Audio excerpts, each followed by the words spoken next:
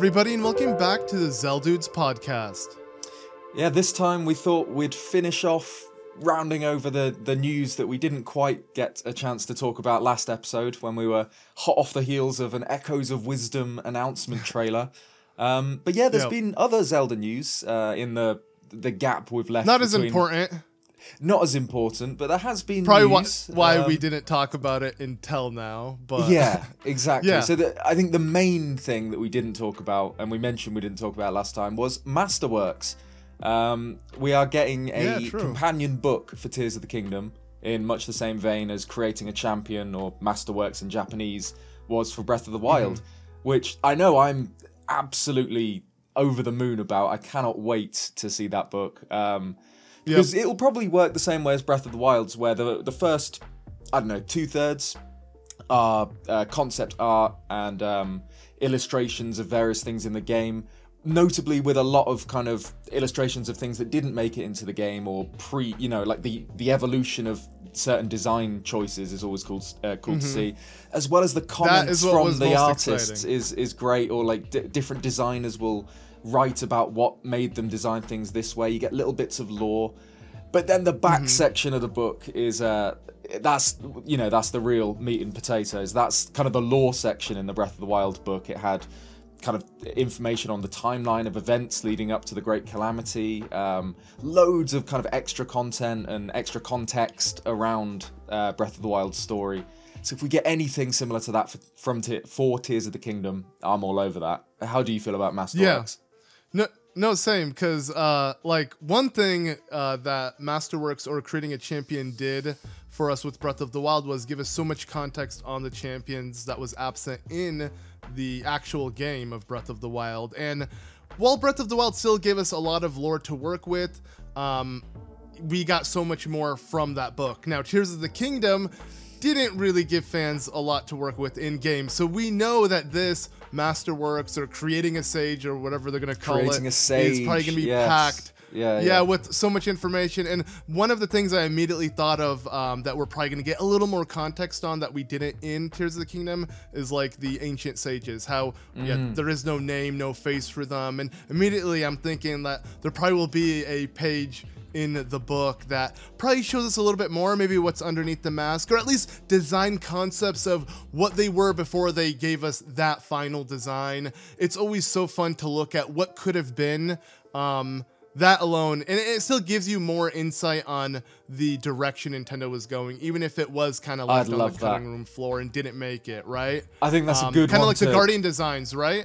Wasn't that like the coolest thing we got from the book in the Breath of the Wild one? They were these kind of eldritch nightmare things before they settled on the robotic design for Guardians. I would love to see that in a Zelda game, where they go pure Elden Ring dark. Yeah, but Guardians are already pretty intense. That already kind of gets my heart rate going. But if they look like that, I think that'd be pretty intense. But I think Ancient Sages are a good one to start on, because I think I completely agree with you that I like their designs. I do like the way they wear helmets that represent the divine beasts later on. That's kind of a cool little follow through with the lore. But yeah, we don't know anything about them. We don't know their names.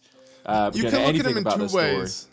They're meant to be, ominous. They're trying to obscure their, they're meant to be mysterious in that sense, and that's the way to look at it. Or Nintendo just half-assed it and didn't bother giving these guys anything. One of the two. Yeah. We'll probably actually figure out with the Champion book, or whatever it's going to be called again, Creating a Sage, or let's go with that. I like that. I like Creating a Sage. Right? Yeah. But I prefer Masterworks. Like so it's just called what, Tears of the Kingdom Masterworks, and the Breath of the Wild one was called Breath of the Wild Masterworks. It was definitely Japanese, at least.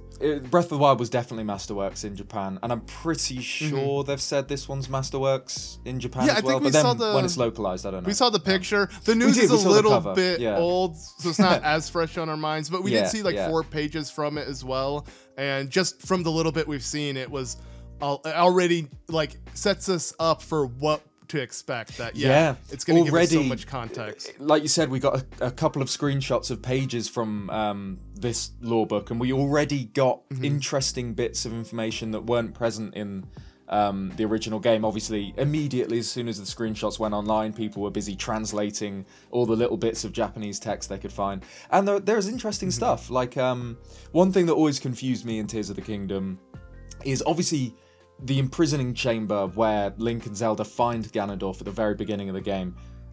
That's where the final battle of the imprisoning war was, because Rauru seals Ganondorf in that weird underground chamber.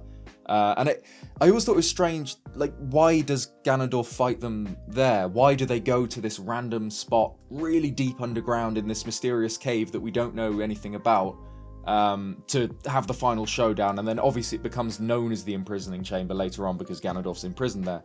But already, just from those pages in the Masterworks book, someone's translated and that room is known as the Temple of Light Ruins or something along those lines, which is already so interesting because Temple of Light, Sage of Light, Rauru, it just gives us, a little bit more information that I think Tears of the Kingdom, it didn't quite go the whole way. I've always said, I've said it on other podcasts and in my Tears of the Kingdom review I did, on paper, I love the Tears of the Kingdom stories and the ideas that it brings up, I think is so cool. I just think it faltered in, it didn't relay those ideas to the player as well as Breath of the Wild, which obviously, a few people have their problems with how Breath of the Wild told its story. I think the world itself does most of the heavy lifting, Breath of the Wild, so I think even though the story does happen before the game, you kind of immerse yourself in Hyrule, and because of that, you learn about the Calamity and whatever. Tears of the Kingdom doesn't really have that luxury because the Depth and the Sky Islands don't have that same level of, depth. So I think we do need that extra thing that the book will give us, which I cannot wait to see more context and just more lore, more goodness, more Zelda story, Yep. Yeah, whether it was actually lore that is meant to be canonical in the game or just ideas that never made it, it's just exciting to look through. And it hasn't been confirmed. We're just talking like it's a given, but I mean, it most likely is a given that we're getting an English translation. So far, it is just confirmed in Japanese, but it's presumably Dark Horse is gonna publish the English version for us, and hopefully there'll be a digital version. That's something I really enjoyed with the Masterworks. Because I'm sure as soon as the Japanese one goes online, it will be translated. There'll be a huge community effort, I'm sure, as there always is whenever this sort of stuff happens. But yeah, it will be localized, which I'm we're sure. gonna But need, I think which we will need, suck not knowing, being a gatekeep because of the region, region locked books, man. Yeah, I hate them.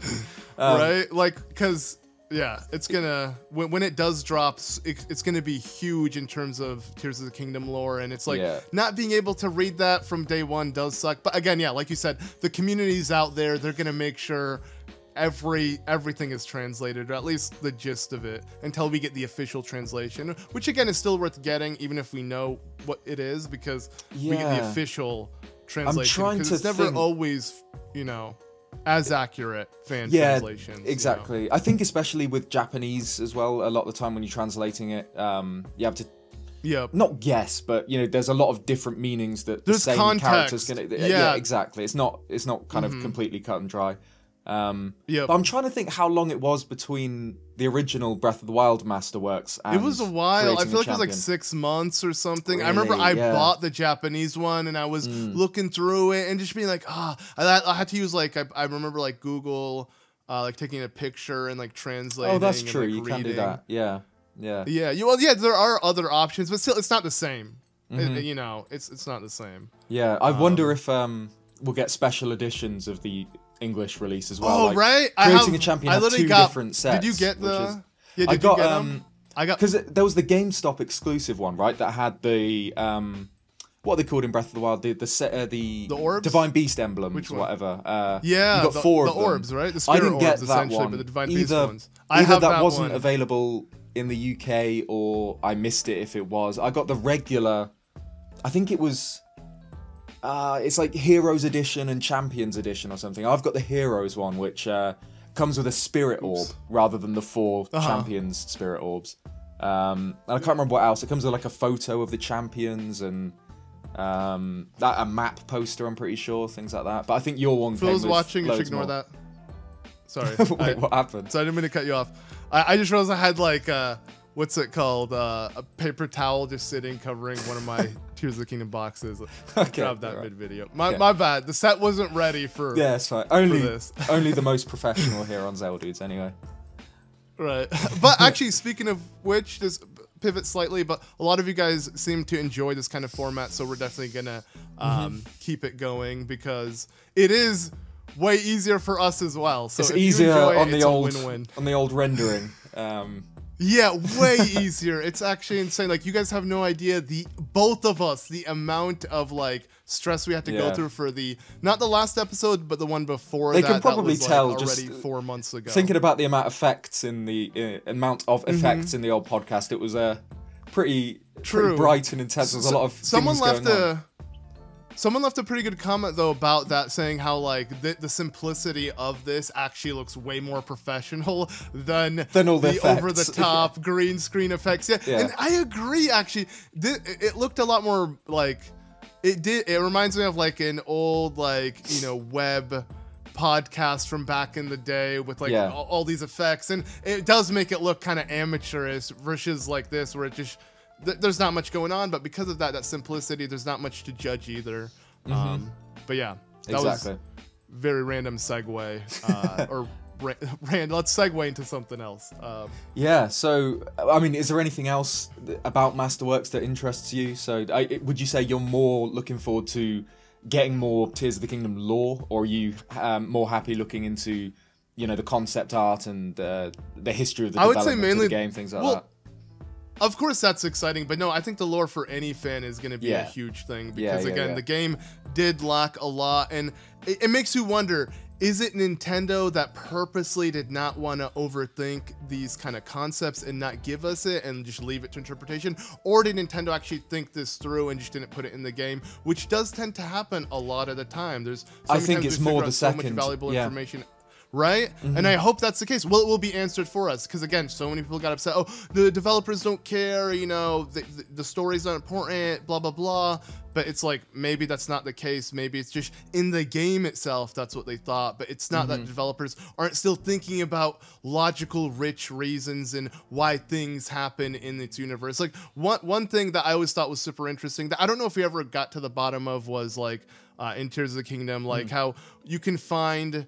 Like, I believe, like, the roots from, where you fight Ganondorf kind of, like, connect from, like, one part of Hyrule to the other. And I don't know, there's some kind of correlation. But I don't know if that's... But see, that might be people... I look at it as, like, that you're just reaching. But it's like, no, it's true. It would do that kind of, It is interesting. It's, like, where Ganondorf's final boss arena is in that, what's it, Gloom's Origin. It's kind of this weird... tree, and he lives in a cocoon in the middle of the tree, but then all these branches they spread out from this central point, and you can see them all throughout the depths.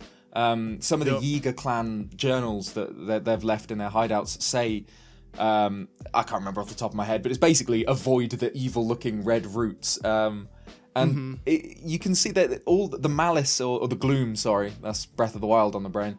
You can see it flowing through these roots, and it's almost like Ganondorf is kind of draining the power from the depths to fully resurrect himself, which is interesting. And I wouldn't put it past Nintendo to have fully thought out how that system works and then put only hints at it in the final game. I think you're right. I think that's the most interesting stuff we'll get from the lore book, is kind of things from the game but clarified in the book. Like, one of my favorite things about the original Creating a Champion for Breath of the Wild was in the base game you can understand the story of Akala Citadel because you go there, obviously the design of the citadel itself with all the guardians around it kind of tell its story. There's an NPC out the front who explains this is where Hyrule's military made their last stand or something along those lines.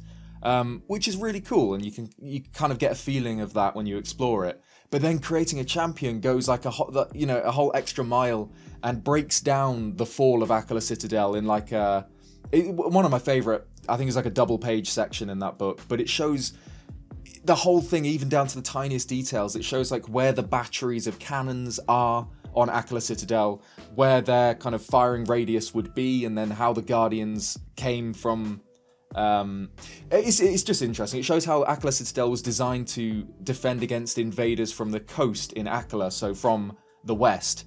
But the Guardians then came from the east, and the Citadel wasn't designed to defend against attacks from central Hyrule as well, because that's not what it was for.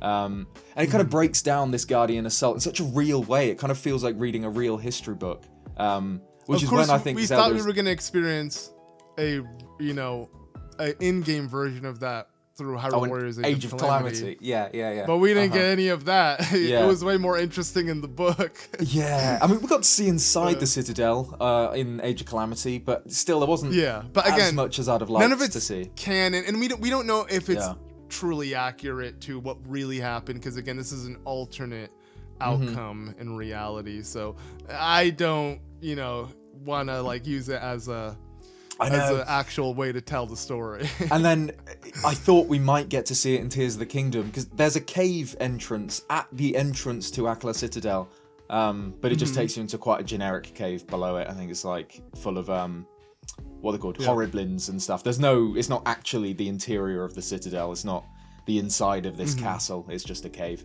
But yeah, that's what I'm most excited for about Masterworks, because I'm sure we will get a lot of that. 100%. Like, that are, and again, something else that the Creating a Champion did as well was give us like the routes of the champions and like small details like that. Yes, and it really helped flesh out the memories, right? Like, if anything, that makes me kind of excited to think if it will further flesh out the memories from Tears of the Kingdom and give us more context in between each one, and maybe just even certain characters that I just feel like we didn't get to know. I'd say I'd like to see also more artwork of Sonya, and just like it's weird how we didn't even get artwork of her in the actual game. Like, how the game had artwork like of character profiles. Yeah. I guess I get it, but not really, because they all meet a similar fate. Hers is just not, hers is a bit more abrupt. It's just, I guess. a bit soon. So she still deserves artwork, right? I feel like she does. Exactly. Yeah. But yeah, that's what I'm most excited for as well. I think things like that. Like, there's a few things in Tears of the Kingdom that I just can't wrap my head around how they are meant to, how the game wants them to make sense. And I can't wait to see if the processes for designing those things is broken down in the book, like how the Temple of Time that we see on the Great Sky Island, the Zonai Temple of Time, obviously by the present that exists, miles above the surface, and there's a new Temple of Time built in its place.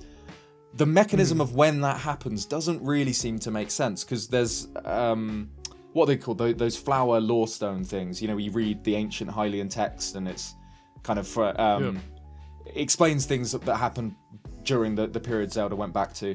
And they mentioned that Zelda and the sages lifted the Temple of Time into the sky. But then during Zelda's draconification scene, the Temple of Time's still on the surface. So we don't know when that raises itself into the sky. And also how the geography of the Great Sky Island lines up to the Great Plateau, because we know they were kind of connected at one point, when it was the Garden of Time, and that was like the center of Zonai civilization, or Raru's Hyrule, I should say. So I'd love to see how that process actually works, if that is broken down more in detail in the book. Because as it stands in the game, maybe I'm missing something. Maybe let me know in the comments if you can kind of reconcile all the different information we have on how the Temple of Time actually got up in the sky. There may be, because I might be missing something, but still, that's something I want to see explained in more detail. I'm sure we're going to get some kind of explanation, or at least more insight into the design of the Temple of Time, and maybe the difference between the two or something. So again, can't wait, even just for the Japanese version, just so we can get glimpses of what's to come. And hopefully they do announce one. Again, special edition or not, the information is what matters most, not the extra goodies that you might get. Even though I do like them, like, don't get me wrong, I still have the orbs, and I even have like a light underneath it, so they look like they're glowing like in the game. Oh, nice. Yeah, that's cool. Do like the symbols show up? All the symbols they do, and it literally looks like in game. And I even have the Spirit Orb one, the purple one that Link obtained 120 plus, or is it just 120? 120 in the base game, then there's like another what, 16 in the DLC, something like that. But I believe those were based off of the other orbs. Either way, lots of orbs. Oh no, yeah, of I course have they them were. all. You're right, yeah. And I think it was that one given with the GameStop edition, or what did the GameStop one give? The GameStop one was the 4 Divine Beast. Oh, it was the 4. Then I bought both. What was that one? Was in black? Was that the black case, the leathery black? That was the GameStop one, I'm pretty sure. The one, the Hero Edition with the Spirit Orb was the blue, the Champion's Tunic design. Oh yeah, true. And it was like a white book instead. And wait, I've got a blue book. Also, I've got or is it a blue book? Oh no, it is. It is a blue book with literally a blue kind of like cover for the box that has the champion design on it. So this is one I had. Okay, I see it. Mine's like off screen, but I'm literally looking at it as well. Oh, okay. But they made the black one that had the champion picture on it, and it's super sleek. I'm pretty sure that was the GameStop one. But anyway, I'm sure we will get at least one special edition of this book. So yeah, we got, and I'm gonna get both or whatever. You know, they're literally, it's like the Bible's been updated. I gotta get the new update. You know, it reminds me of that old meme from like 2011 or whatever. It's like, do you have a minute to talk about our Lord and Savior Hylia? And it's someone at the door holding a copy of Hyrule Historia. It's great. Yeah, and that was the OG like the Zelda Bible. You know, yes. Bible. Yes. It's sadly a bit outdated now. It's still really good, and honestly, I would suggest people to look through it today because at least you still get a glimpse of what the first interpretation of the timeline was. And it's funny. I have that on my Wii U. You know, the Wind Waker Wii U. It came with it digitally, and I'm just so happy that I have the actual downloadable app that I can open Hyrule Historia on my Nintendo Wii U and like just look through it. That's it. Exactly. Yeah. So I mean, we've got that. That's something to look forward to. I can't wait for that. Other than that, in terms of Zelda news, except for we'll get back onto Echoes of Wisdom in a little bit, see how we feel. So as of the time we're recording this, it's been about a week since the trailer. So we can touch on that in a minute. The other thing we've got, there's a few more interviews and extra bits of information on the Zelda movie that we haven't covered since. I mean, again, not 6 months since we did our last podcast on it. Yeah. But yeah, I don't know. How are you feeling about the Zelda movie now? So the news will have fully sunk in, right? Even though we haven't really seen anything else since. How are you feeling now? For me, it's not real until we see anything, a logo, any kind of actual confirmation that really feels tangible. Because the only thing we got is Miyamoto popping on Nintendo's Japanese Twitter like, hey guys, this is movie Miyamoto in development. Yeah. Yep, bye. Yeah. And of course we had interviews from like the director, right? Wes Ball. Yeah. So he's been hyping it up quite a bit, but I feel like other than that, did you see not much to get excited for? Did you see Kingdom of the Planet of the Apes? I haven't watched it yet, but hell no. But I know they finished wrapping it up, or did it recently come out? It's out now. Well, at least in the UK. I'm sure it'll be out in America as well. I've heard it's pretty good. So are you gonna watch it? Just to, I will watch prep it. You up I will to watch it. Yeah, exactly. So I haven't seen any of the Maze Runner films either that Wes Ball did. But I don't know. You should watch the first one because I thought it was pretty good. I don't watch movies, to be honest. I'd rather play games. You'll watch the Zelda movie though. I'm sure you make an exception for that one. No, of course. Any game. If anything, I've been watching a lot of gaming stuff. Maybe to educate myself on gaming adaptations and movies. I don't know because I have been watching. Like, what do you think about the Sonic movies? You're a big Sonic guy. Oh yeah, those are. I'm probably not going to upset many people. I bet because I'll probably going to upset people. But I'm sure most of the people watching are not hardcore Sonic fans. At least I like to believe. But I didn't like them. Okay, right. I've heard the other. I haven't watched them. I'm not a Sonic guy, but I've heard the other way. I've heard most people love them. It depends on what you're looking for. So for me, it's incorporates the human characters, I guess you could say, too heavily into the movies. So I'm not a fan, and I understand the direction they're going for. They're going the whole, you kind of like buddy movie where it's like young dude with a pet, and they go on an adventure. It's like that's the vibe I get with Sonic. But of course, there's a lot more Sonic badassery, but it's still that's like the core, point of the movie. And yeah, to me that is just it takes away too much from the video game aspect that gets me excited because I love Sonic, but don't really like what they give us there. But visually, it is interesting. Like it did give us live in terms of like visually, like live action mixed with that kind of video game mixed. Cause it's not really live action, but it's supposed to be live action video game, if that makes sense. Sonic's supposed to look real to where he is live action. It's still CGI, but do you think the Sonic movies? I don't know how to like. They translate well. Like they visually look fine. Do you think they like capture like the spirit of the games at all? Because one thing, like the Mario when film, they do I like think really visit did. their and okay, the Mario obviously can't be compared because it is completely animation, and because of that, it actually looks really good, and it kind of brings Mario to life, and those are hard to mess up when it's literally based off of a video game that already uses stuff like that. But Sonic trying to transition into live action, again, I think it did it pretty well. And it's supposed to be a cartoony looking game, but it can work, and it doesn't. I think we're both not at all worried in that regard when it comes to Zelda. Visually, I'm sure it will look so good. It'll look amazing. Is never an issue. They've got no end of money behind this, because I know that Nintendo are financing. I think they said at least 50%, and Sony are putting up the rest of the money. But it's hundreds and hundreds of millions or whatever will be going into it. Yep. So the only real worry gorgeous. is how will it be like portrayed? Is it going to be cringe? Is it gonna work well on the big screen in live action? Like that is truly, I feel like every Zelda fan's biggest worry.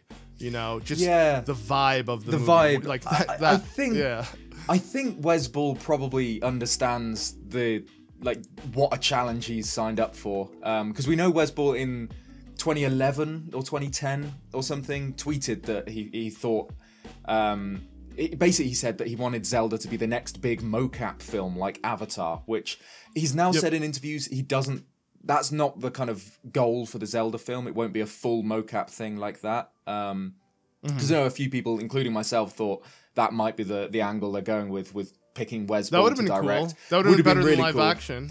Yeah, I don't know. I'm still hesitantly optimistic about live action. I think there's huge advantages to it, because obviously, it will be very difficult to get it right, especially to get it right in a way that proper Zelda nerds like you and me will be happy with, Link and Zelda and Ganondorf in live action.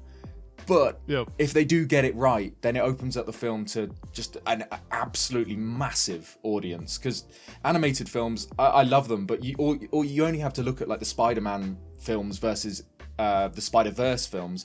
I think the animated Spider-Man films are way better than the Tom Holland ones, but they don't make the same amount of money. There's some stigma against animated films that kind of stops them from reaching that upper echelon of like massive movie. But things, look at like Lord of the Rings and whatever, there's no cap on a big live action fantasy film. They can be the biggest things in the world. And I think if Zelda does well, like if they translate, the reason I asked about whether Sonic captures the spirit of the games is that I think Mario does really well. Watching it feels like playing a Mario game, and that it's a bit chaotic, bright, happy. There's lots of platforming in the films, which I thought was cool. I think Zelda needs to capture the essence of playing a Zelda game, and if they do that, I don't care. I think live action will be fine. I think as long as it feels at the core, it's got the same Zelda spirit, where it's serious and dark and epic, but also kind of whimsical and silly, and which is a really hard balance to get. But I know Wes Ball understands that. He said, in a recent interview, he put, it's got to feel like something real, something serious and cool, but fun and whimsical. So, he knows what Zelda is. It needs to have Ganondorf doing all sorts of terrible things and, burning villages to the ground. But then you need, I don't know, maybe not a live action Tingle, actually. I couldn't even bring myself to say that. That'd be horrific. But something else to, balance out the serious tone. Are you kidding me? If Danny DeVito was Tingle, True. it'd be the best thing ever. Do it. Yeah, there you go. Exactly. Yeah. And then, the film's got its sex appeal then as well. If you got Danny DeVito in a skin-tight leotard thing. Yeah, perfect. Yeah. But that is my biggest worry, though, about it being live action. I feel like the reason why it has to be live action is they can use A-list celebrities as a marketing tool for the movie. Yeah. Which is I'm not sure Nintendo doesn't. I feel like Nintendo doesn't need that, but of course they don't need it for their fans. They need it for new fans. Yeah. Sure. And that's probably why we had like Chris Pratt as Mario. But again, that worked because it was an animation. I didn't have to visually see Chris Pratt play Mario. I just had to hear his voice, and his voice was pretty good. Like I feel like everyone who called it out, you know, is like deserves to not really screw the guy. You don't need to apologize to him, but his voice isn't at all.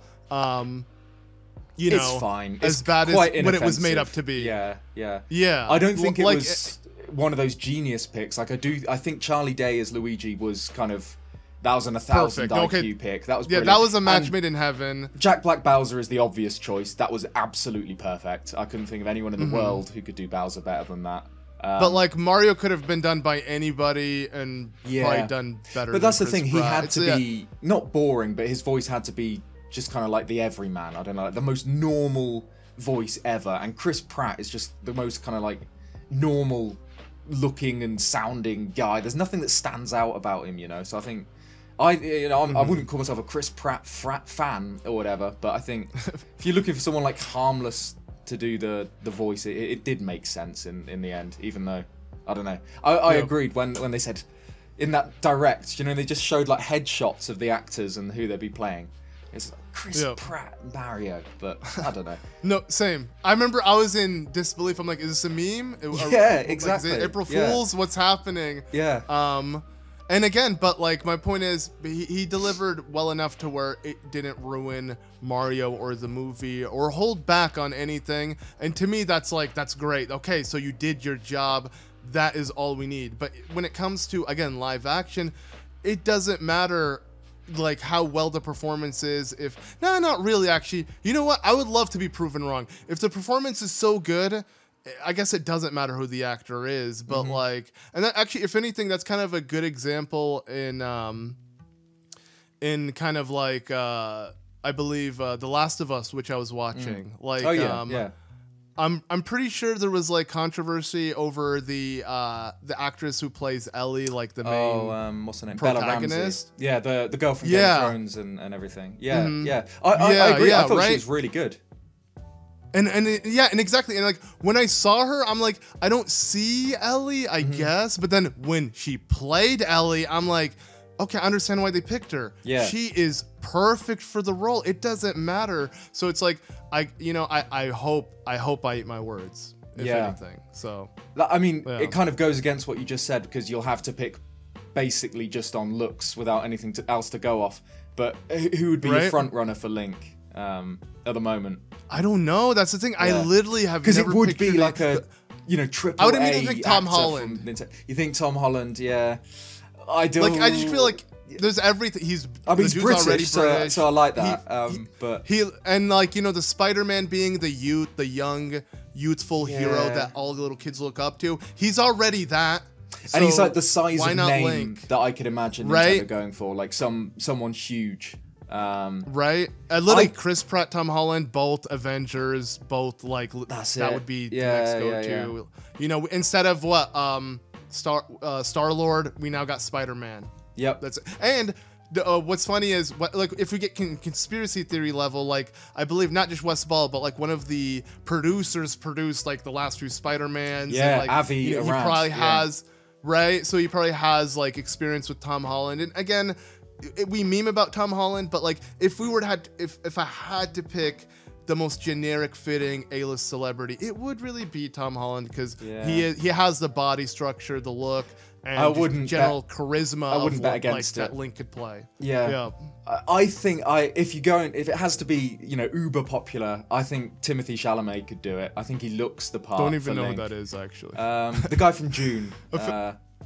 I feel like I should look it up. Here, look it up. You go on. I think he's, you know, put him in a wig or whatever, but he's got the bone structure and whatever for Link. I think he'd probably do well, because he did. Obviously, he was in June, and he did really well in that, and that's kind of been his massive breakout. But he was also in a Netflix film called The King. It was about Henry IV. It's a couple years old. That was amazing. It was this really gritty, like historical film about the Battle of Agincourt, which was this horrendous medieval battle with, you know, knights drowning in puddles of mud and whatever. He played the king in that, and he was really good because he's got, I don't know, the kind of, I don't know how to say it. It's twink energy, you know. Like I was trying to come up with a better way of saying it than that. But he's got that. But then he can like turn it on. He can like kind of. In June he does it. In June Part 2, I can't say anything without spoiling the film. There's a big moment for his character, and then after that, he is kind of in command and in control. And Link needs to kind of. You know, he needs to have that gravitas. He needs to be the hero. You need to believe that he could beat Ganondorf in the end, you know, when he's standing there with a Master Sword. Which I think Timothée Chalamet could do, you know? I don't know. So he can take on the mantle of both. Like, Tom Holland probably can only do the twink aspect. I see what you're saying. Yeah. And I can see him him blonde, he kind of already, I can see it be like Link as well, like visually. That's it. He's got kind of the adult Link features, I think. Which, yeah, I mean, it's funny enough because adult Link was literally based off of Leonardo DiCaprio aesthetically, so it makes sense like these A-list Hollywood celebrities that kind of all play that similar role would all kind of fit in that sense. I mean, obviously, Leonardo DiCaprio can no longer play Link. That dude had twink death. Yeah, right. It's long gone. What role could you give him? Modern Leo in a Zelda film. I can't think of anything. I mean, maybe a washed-up Link. That'd be funny. Like, yeah. Like the hero Link shade. After he saves Hyrule, you know, just drinks a lot of Noble Pursuits and whatever. Some Hylian ale. I don't know. Noble Pursuits, that'll do. Yeah, or milk from the milk bar. No, that's a cocktail. I feel like a husky, rusty, busty old man would not be drinking cocktails. You know what I mean? Like they're just drinking ale or some kind of beer or something. Maybe I get the feeling that Gerudo can handle their drink. I reckon a Noble Pursuit would be pretty strong. But I just can't imagine a rusty old Link fixing up a drink. We're getting way too into this random ass made up scenario.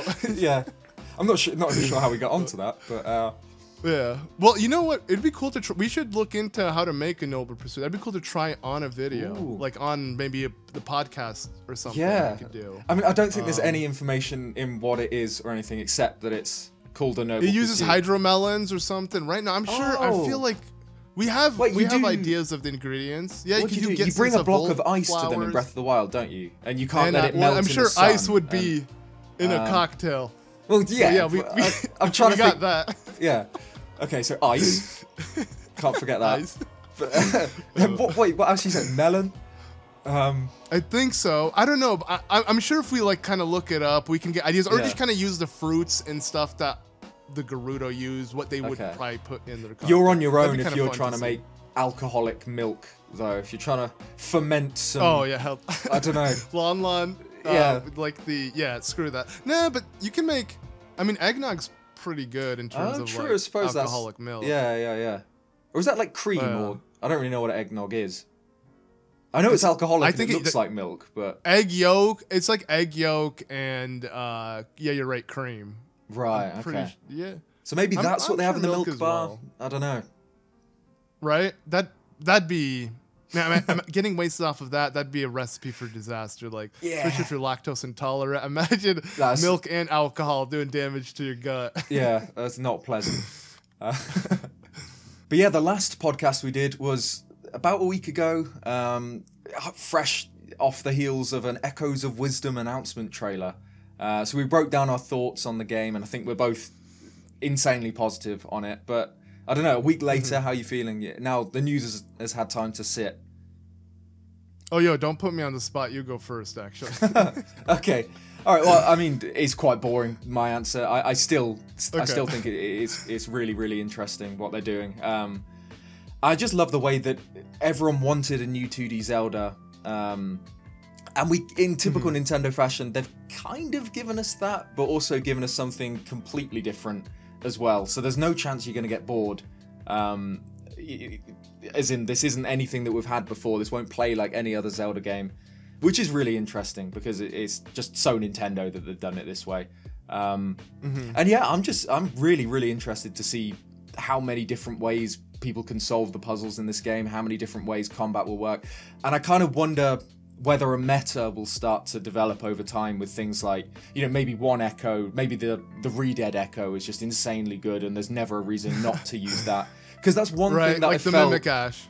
Like the Mimic Ash in Elden Ring, yeah. Because one thing I felt happened with Tears of the Kingdom was it gave the player so many options, all the creativity they wanted, and then after a couple of weeks everyone figured out, oh, the hover bike does everything you want. So there's never really an incentive to get as creative as the systems allow you to do. For real. So I kind of wonder in Echoes of Wisdom whether that will happen. I hope not. I hope kind of it still incentivizes. It's a double-edged sword.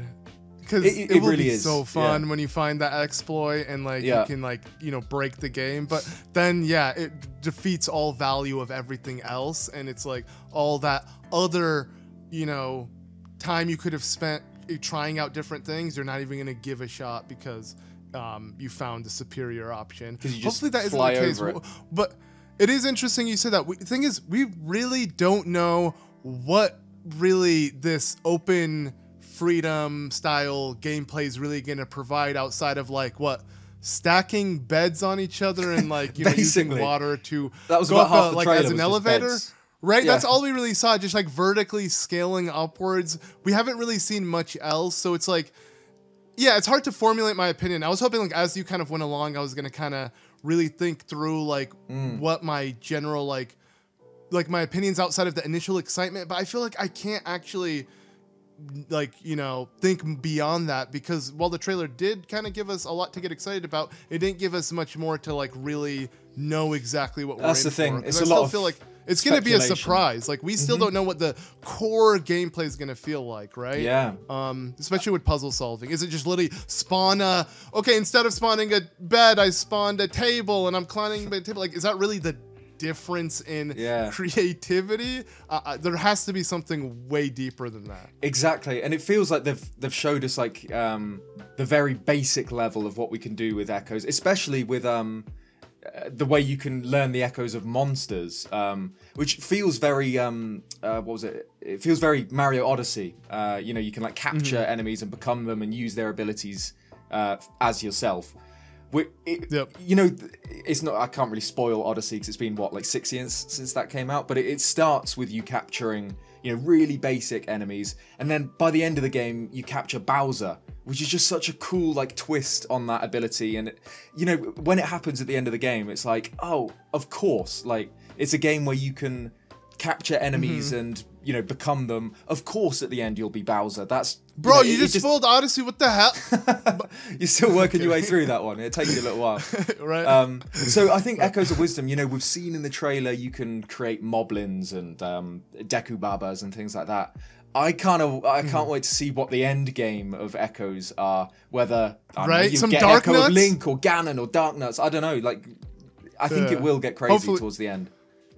Yeah, I really do hope Link. Again, Link is probably like a bonus thing, but yeah, Dark Nuts would be pretty dope. Or just, I'm sure we're gonna get all sorts of enemies. We saw Dark Nuts in the trailer, so it's almost guaranteed that you'll get their echoes. Yeah.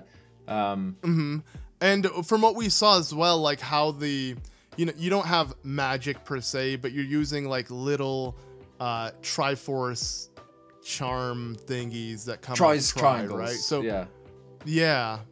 So it's clearly going to be something that you can't spam and abuse, but again, we have no idea how the actual like vibe is going to feel when playing, because it's a game where we're not just going to be able to swipe when we see an enemy. We're going to have so many other ways of solving that's it. Yeah, it's just so, and it's crazy because like the game is probably gold, you know, ready to go, but we just have to wait for another trailer, I guess. I know, it feels like Nintendo have been doing this more often recently, where they'll drop a game trailer, and then release it, you know, 3 months later. For smaller games. For small, I mean, you'll never get this. They would never do that with like the big 3D blockbuster Zelda game. Exactly. Yeah. On the topic of 3D, 2D, this is kind of a complete non sequitur, but I've heard, so a lot of people call the games that are similar to Echoes of Wisdom the 2D Zelda games, which doesn't really make a whole lot of sense now, because those games, they use 3D assets. The whole world is 3D. All the characters, the enemies, everything are 3D. But it's like, they are the 2D Zelda games. That's kind of what people call them, because all the way back, Zelda 1, A Link to the Past, games like that, they were actually 2D, and now that name's just and kind they of still stuck. play 2D. You literally don't have, you the physically can't interact in 3D. I mean, Echoes of Wisdom, you can really. There's so much verticality to it, and no, but you get what I mean. Like, it's more like the camera locked is from above, top down. You move yeah. left to right, as in left top down to top down. You know what I'm saying? Like, it has no 3D actual movement, no camera angle. I feel like it's still justified the word 2D. My bad, rather than 3D. I feel like that it makes sense. It makes sense to me, but I don't know if if you'd never heard the terms before and you see someone describing Echoes of Wisdom as a 2D game, I think maybe you'd get confused there. No, it's just no. Well, I mean, yeah. If you describe it as a 2D game, that's weird. But if you say it's a 2D Zelda game, because it fits in the genre of 2D Zelda games, that's what it is. Right? Yeah, I feel like there's no debate to be had there. But I mean, I'm in agreement with you. It is a 2D Zelda game, but I just I've seen a lot of confusion. Potato, you know. Yeah, but who says potato? You do. Not British. There's no way we say potato. Potato. Potato. No, I'm just trolling. I'll troll it. You do say tomato though, which is weird. Oh, true. You do say tomato. Yeah, we say tomato. Oh, yeah, true. Yeah, I've kind of proven your point. Okay, there we go. Potato, I should have used that example. There you go. Yeah. I don't know why I said potato. Who says that? Please let us know. Yeah, if you're someone out. Team Potato. Potato out there. Let us know. Yeah, potato sayer. There's no Team Potatoes. I don't think they exist.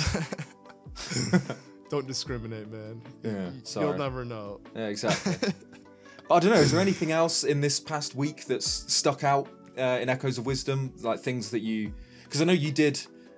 I think you dropped, 3 videos when it came out? You did like the reaction, you did like a discussion and more of a kind of breakdown-y video as well. Yeah. Is there anything that you've kind of either become aware of since then, or just you've been thinking over the trailer and things that you didn't cover then and when we did our podcast that you've become more interested in now, or you, like you said, just waiting for more trailers? I think I'm at the point of waiting for more. I'll be real though. To be real with you, I think the reason why I haven't been thinking much about it is because like 2 days after it's the elephant in the room. The Elden Ring, the Elden Ring DLC dropped, and I gotta be real with you. I haven't really been doing anything else besides that. So yeah, it's kind of taken up just a little bit of our time, both me and Luke this past week. If anything, funny enough, little tidbit, I guess. Yesterday, we, as responsible lads, decided to get in a call and record this video that we're recording now. Yeah. And all we did was play Elden Ring for like 6 hours straight. We did start off intending to record. But yes, we had the intentions. Yeah, things didn't go that way. It's too addictive. It's too good. And we won't, again, this is a Zelda podcast. We won't fully gush about Elden Ring. And also we're conscious that a lot of people will be playing the Elden Ring DLC and won't want to know any spoilers or anything. So we won't ruin anything. But yeah, it's safe to... Luke and I both love it. It's amazing. It's the best DLC I've ever played of anything. Exactly. I'd say it's our... we can confidently say it's probably going to be the best gaming experience we'll get this year. Obviously, it's not a new game. It's just DLC. But what do you think? Do you think that... It's tough to say, but do you think Echoes of Wisdom? Let's bring it back to Zelda. Do you think it could? It's very, very difficult to even bring up Shadow of the Erdtree and Echoes of Wisdom in the same sentence. Yeah, because they could not be more different. I don't know, in terms of... a Zelda game's a Zelda game. I don't know, it's too hard to compare them. I don't really have an answer for which I think I'll prefer. I don't know. What's interesting? What? Yeah, go. So before Tears of the Kingdom came out, I remember vividly, I actually was almost done editing a video called Will Tears of the Kingdom, what's it called? Surpass or beat Elden Ring. Some kind of title like that. Oh yeah. It was already, think about it, already pretty much done, like ready to be posted. And then I remember Tears of the Kingdom got leaked and boom, I just kind of dropped everything. Yeah, everything else. But like I remember, and I was looking back at that video, I was looking back at the script I wrote for it.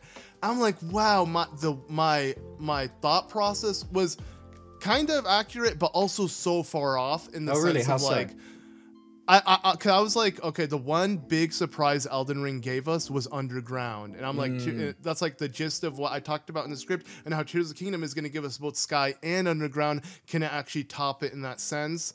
And I remember thinking like just all of these crazy ideas of what Tears of the Kingdom can do with an underground section, and how we got none of that at all. And like, I'll be honest, like if you were to compare the underground of both games, even though Tears of the Kingdoms is way more ambitious, I feel like what Elden Ring gave us was just so much more cooler. Like just whoa, you know, that kind of. That's something we were saying last night. It's not a not a spoiler for anything in the DLC, but Elden Ring, when you play it, what did we say last night? It was every hour or so you'll kind of every few hours you have that moment of a jaw drop moment. You'll open, you know, find a new area of the map or something. You come out onto this gorgeous vista, and your jaw hits the floor, and that happens about every hour playing Elden Ring.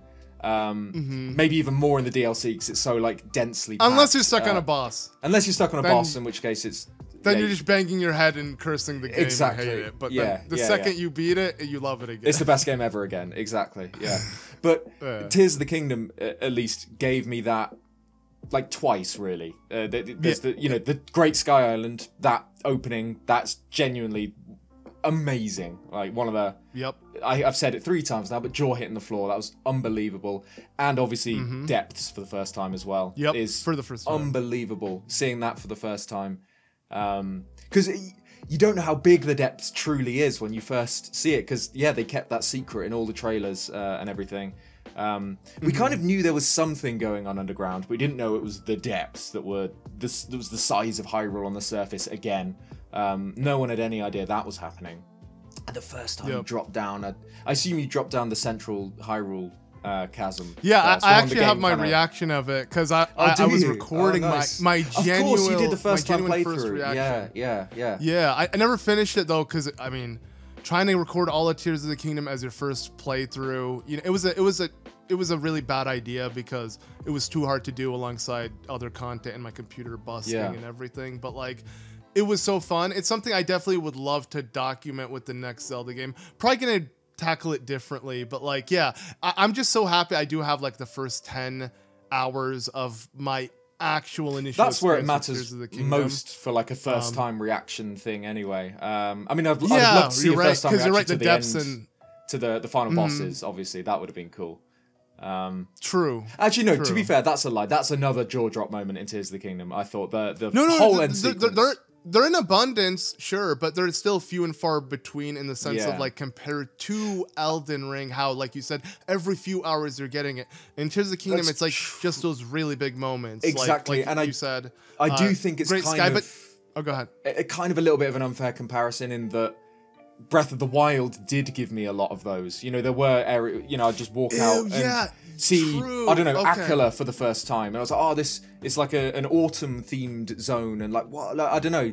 And then Tears of the Kingdom, you don't get that for areas like that, even though they are still stunning and amazing. It's just you've had that wow before, whereas Elden Ring is kind of that is very true. Things. Yeah, so it's different. It's different.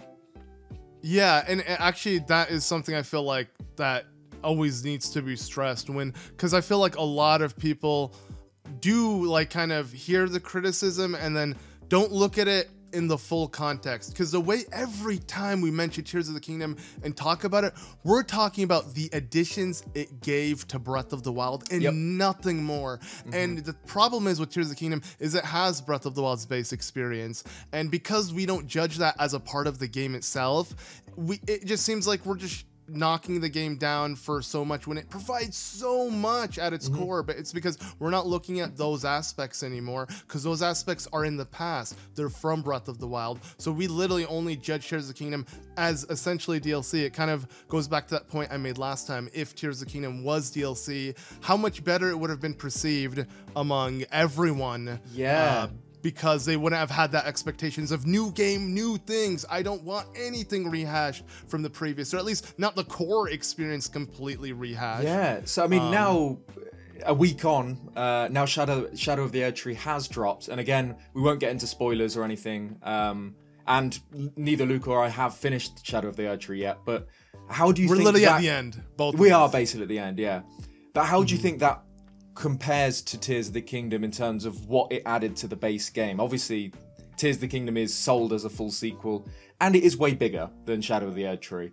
But how do you feel now about those two, like Shadow of the Erdtree versus Tears of the Kingdom, as like add-ons? Now that I've played Shadow of the Erdtree, I still stay true to what I pointed out in the last podcast episode, where if Tears of the Kingdom came out as the Upheaval DLC, it would have been better DLC than Shadow of the Erdtree. Shadow of the Erdtree is amazing. It is more of Elden Ring and just so much more of it. It's really well done. Just like a whole new continent to explore. It's amazing, which is amazing. Yeah, but Tears of the Kingdom, well, at its core, still shrines, all of that, but then it added again sky and depths, and just in general, like the new champion abilities. Like imagine all of that complemented on top of Breath of the Wild's champion abilities, Breath of the Wild's Master Cycle 0, all of that with the Zone 8 tech, with this, with that, just added onto the base game. I don't know how game coding works, and if Nintendo would have been able to like do a new version of Breath of the Wild with literally as Tears of the Kingdom, and if people can like download DLC or reverse it, how it would work. Maybe you wouldn't be able to open the game if you don't have the DLC downloaded once you initiate the DLC or something. But my point is, it still would have been so much cooler and better if that was the case than it being just a brand new game, because again, that brand new game comes with a lot of expectations that you know it's hard to follow, especially when the last game was the greatest game of to many people of all time, that being Breath of the Wild. Yeah, exactly. And obviously it sold for $70 full price, and I have my problems with Tears of the Kingdom. I do think it's worth $70. I do think what you get is massive, and it's kind of worth it just for the fact that the game works. You know, like what Tears of the Kingdom tries to do and pulls it off still floors me. Even now, you know, we're like a year and a couple of months after release, and it's still so surprising to me. You look at other games that try similar. I mean, that's a bad comparison because nothing tries similar things to Tears of the Kingdom, that's the point. But you look at games that try and do, say, an open world similar to Tears of the Kingdom's, and they can't really even handle just the open world.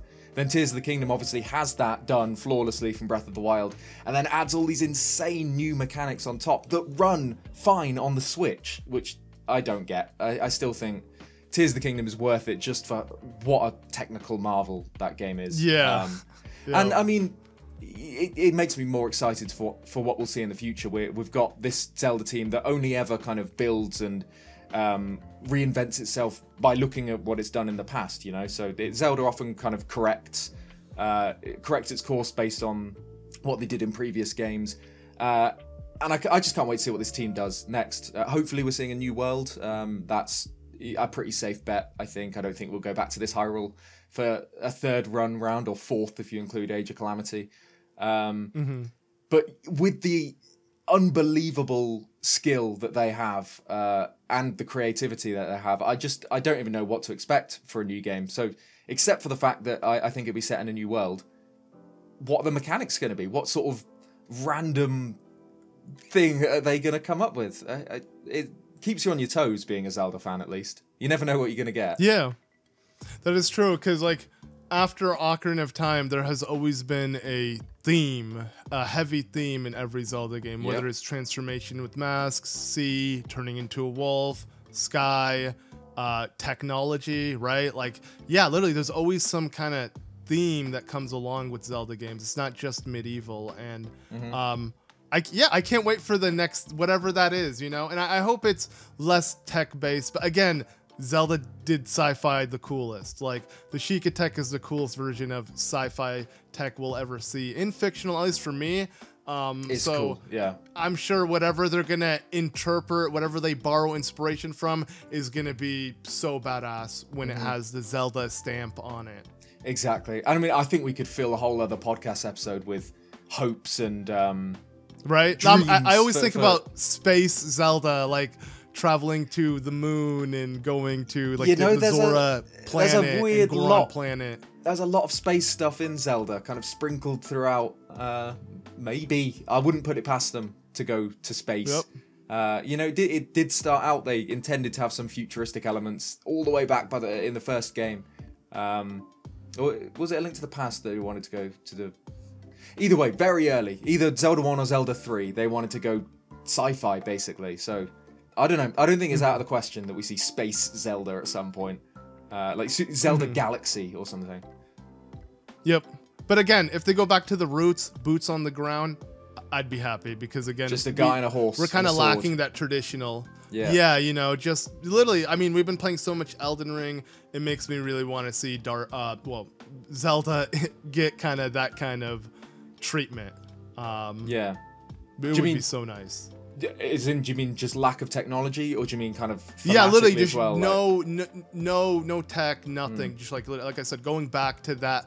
Well, I feel like, again, Ocarina of Time is like the most like not basic, but like most traditional 3D Zelda game. It's the blueprint. It's the blueprint of 3D Zelda games, at least up until Breath of the Wild. So that, to me, if we get something like that again, where we have no gimmick, like I said, turning into a wolf is cool, mask transformations, all of that stuff, tech is cool, but I would like just to see where it's none of that. It's just time, sword shield, medieval, nothing else going on, just Zelda. When you just think of basic, generic Zelda, that's Zelda. That's what I want. Yeah, well, maybe the next one will go back to its roots again, which they did with Breath of the Wild. But you're right, they added this ancient technology twist, which I've said before. I do love Zelda technology. I think that it is a recurring theme throughout the series, which is something a lot of people say immediately when people have problems with technology in such a fantasy setting. They point out, rightfully so, that technology has been in so many different Zelda games, even if just for like a dungeon or so. You get like the Tower of the Gods in the Wind Waker, which is basically Sheikah technology. You get the Temple of Time in Twilight Princess, or the ancient robots in Lanayru and Skyward Sword. But even they always had very magic, like the Great Bay Temple and things like that. And well, I don't know. I think the ancient robots are quite up until sci-fi. The Sheikah tech, they didn't really feel sci-fi, right? You think even Lanayru in Skyward Sword? I felt that was pretty sci-fi. Oh, never mind. That's okay. Because of like mining operations and things like that. My bad. That was the only one until. I get your point with Tower of the Gods really and Temple of Time. Yeah, because those felt more like tech.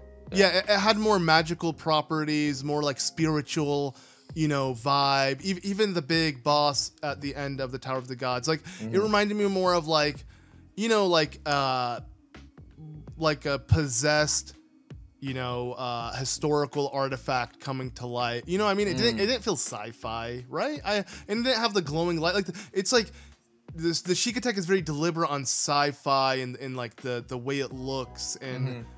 Same thing with the Zonai, of course. And of course, I keep forgetting the Skyward Sword. You're right, Lanayru. That is the true origin that we saw, and technically the origin in the lore itself, because at least that's the first tech that we know that is dated in Hyrule. It was the Sheikah as well. They were involved with the ancient robots. There's the Sheikah eye symbol appears on some of the time shift stones. So, yeah, they've liked their robotics for quite a while, the Sheikah, but. I think overall I agree with you that I would like kind of a grounding, a reset of the technology button. Because you can't, I mean, we've said before that Breath of the Wild did it so well in that it's super advanced ancient technology, but kind of a bygone civilization, which I always think is a cool twist. It's something that turns up in almost every fantasy work ever, is that there was some kind of uber advanced technologically advanced civilization in the past who are now no longer around. And I think the Ancient Sheikah are one of the best versions of that I've seen. Yeah, easily. Yeah. How do you feel the Zonai tech was as cool, or I don't know? I don't think it. It piggybacked too heavily on the Sheikah. It just like rehashed the Sheikah tech, but then they're like, oh no, but we're even better. We're the true Sheikah origin tech. So, yeah. I thought it was cool in Breath of the Wild. We didn't need to see it again, but we had that debate. We don't need to open up that can of worms. True. Again. Yeah, we could just go around in circles about that forever. But maybe we should. Maybe we should do a podcast at some point in the future, specifically on our hopes and dreams for the next Zelda game, because I could talk about that forever. Yep, same. I mean, so many topics, so many things to discuss. Now that the format has been a lot more simplified, as you may have noticed, again, we're kind of just going off the cuff with ideas and stuff, but I feel like that kind of casual aspect makes just makes it a lot more fun just to kind of do. So yeah, we'll probably be doing a lot more of these in general, kind of like as an in-between, especially when we're not, doing the Let's Play, which don't worry, we will get to. We're just wrapping up Elden Ring, and then we're back on time after that. Exactly. Yeah. So that will be coming back. But yeah, let us know in the comments if you've got any ideas for podcast episodes, any topics, any guests you'd like to see, anything like that at all. Just let us know.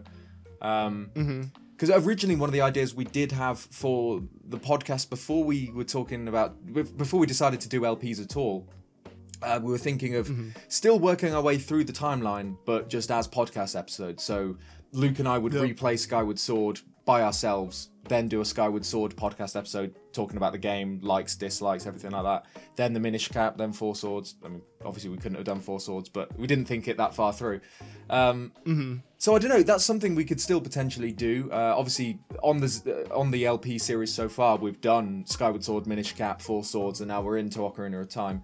So if it is something you guys would like to see, we could do entire episodes dedicated to the games we've beaten as a kind of recap, little review summary thing. But yeah, just let us know that, like we said in the last one, these will be a lot more casual, not just in the lighting and effects department, but into just the kind of vibe as well. So, there'll be kind of low-key conversations about Zelda. So anything at all, let us know. And I'm sure we'll be more than up for talking about it. Yep, and we also are reconsidering, or we haven't really considered, but in terms of the Let's Play, when it comes to Echoes of Wisdom. Echoes of Wisdom. Yeah, I don't know. I was gonna say Ages of Wisdom for some reason. Echoes of Wisdom. I always say Echoes of Hyrule for some reason. That just rolls off the tongue easier. It's like for ages after Breath of the Wild was the name was announced, I was calling it Breath of the Wind, and I couldn't stop myself saying that because the Wild just didn't roll off the tongue as easily then. Obviously now it does because it's been 7 years of talking about it every day. But no, I think I literally had the exact same issue. I think I called it Breath of the Wind my first few videos. I never called it Tears of the Kingdom though. Didn't like the Tears of the Kingdom people. Yeah, never understood that. No. I mean, especially when we literally see tear-shaped tears, all like, come on now. But okay. What was I saying anyway? The Let's Play. Echoes of Wisdom, sorry. Yeah, Echoes of Wisdom Let's Play. We've kind of gotten like mixed feedback on like whether you guys want to see us Let's Play it or not. I think the gist of it will be we'll definitely play it ourselves first, and if the game like works for like, we can do kind of like a playthrough together or something, then maybe we'll consider it. But for the most part, it was just an idea. It probably won't be like something we're gonna do like on release immediately or anything, because it could spoil it for some people, and again, we don't know where it actually sits in the timeline. What if it's not even in the Downfall timeline? Maybe it's not. That'd be the ultimate troll if it's like right before Minish Cap or something, so we've already missed it in our timeline run or something like that. Nah, who knows? It's definitely Downfall. It's got to be Downfall.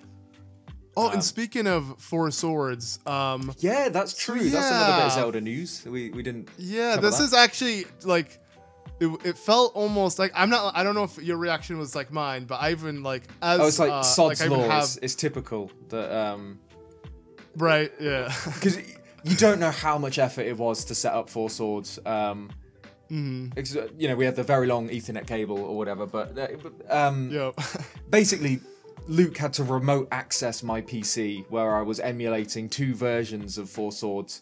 And then so that sounds like the most difficult bit. That was pretty simple. Just getting the 2 Four Swords to talk to each other at all was difficult. And then I looked really good because Luke had half a second of input lag on him. So I wasn't complaining about that. But still, anyway, the point is it was really difficult to get that to work.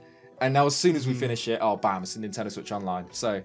it's typical, but it's great because a lot of people will get to play Four Swords because that was one of the hardest Zelda games to access, and now it isn't. So, unless you have our Let's Play locked and loaded, ready to go to watch, on demand. True, but yeah. It Oh, and there won't be been considering the anniversary levels. They won't be in this True. one. So none of the Realm of they'll Memories be missing. or whatever. They won't be in the Switch and Online hero trials that we're gonna do one that we've still got to do. Yeah. But that will probably be down the road. But something that we might consider maybe in the near future, now that we can do, is the 4 swords on Nintendo Switch Online, because now we can do actual 4 swords. Yeah, not 2 swords anymore. Yeah. Yep. So let us know, actually, just in the comments. Don't tag them or anything, but if in particular, HMK, anyone you'd like to see join, let us know in the comments. And because we have 2 slots open. I feel like one of them might be HMK, but he might be too busy. So he fits in with the red. He could be Red Link. He can be Power. Right? Yeah. I feel like that we owe him that. So yeah. Yeah. But yeah, definitely open to it because that's cool. It's cool. I mean, I'm not complaining. Yeah, it's funny because I exhausted it. I really am 4 swords out, but when I itch to play it again, I could play it on the Nintendo Switch and with friends online. Like, that's so cool. That's so cool. Like, actually, like, again, it just made sense. And it was really weird that it wasn't more now. I couldn't believe that it wasn't on Nintendo Switch Online before. It just seemed like such a shoe-in because it was so difficult to play, and I don't know, but it is now. So it seemed perfect for it. Like, it seemed like that was the game to put on Nintendo Switch Online. It has online. It was difficult to play originally. Yeah. So, but then again, we did get it. So exactly. But that's something we could do. We could do a four player, maybe not the whole game through again, but some little bits. Just like maybe the 4 levels once, just one. Not 3 times like we did. Yeah. Yeah. Hell no. Especially if we have to gather multiple people, it probably won't be that easy. Yeah, exactly. And we'll try and pick other YouTubers that we don't really like, because we will fall out with them playing 4 swords. Because things get pretty competitive when it comes to rupees and chucking each other in lava and things like that. So that'll be fun. But yeah, I don't know. Is there anything else you think we should cover in this episode, or do you think it's about time to call it here and then we can move on? Yeah, I guess. I mean, not any I can think of off the top of my head. But again, we are open. Literally, even next week, we can come back at you with another one. Because again, these are really easy and fun to record. Like, at least I have to say for myself, I enjoy kind of these more laid back ones. Nice. Didn't want to speak for you because I had a feeling that would be your opinion. So normally I do speak for you, but I'm like, I'll let you. Okay. But let us know anything else you want to see, and I'm sure we can make it happen. But thank you all so much for watching or listening wherever you are. I'm not sure what platforms we'll be putting these out on. Hopefully Spotify. Hopefully Spotify. I can do that. I'll get on that one. Okay. So if you're listening on Spotify or watching on YouTube, thank you very much. Leave a like if you enjoyed. If you're on any other platform, piss off. Yeah, exactly. We don't want you. No, I'm joking. Please stay. Please listen to us on Spotify. But thank you so much for watching and listening, and I guess we'll see you in the next one. Cheers, guys. Yep. Peace.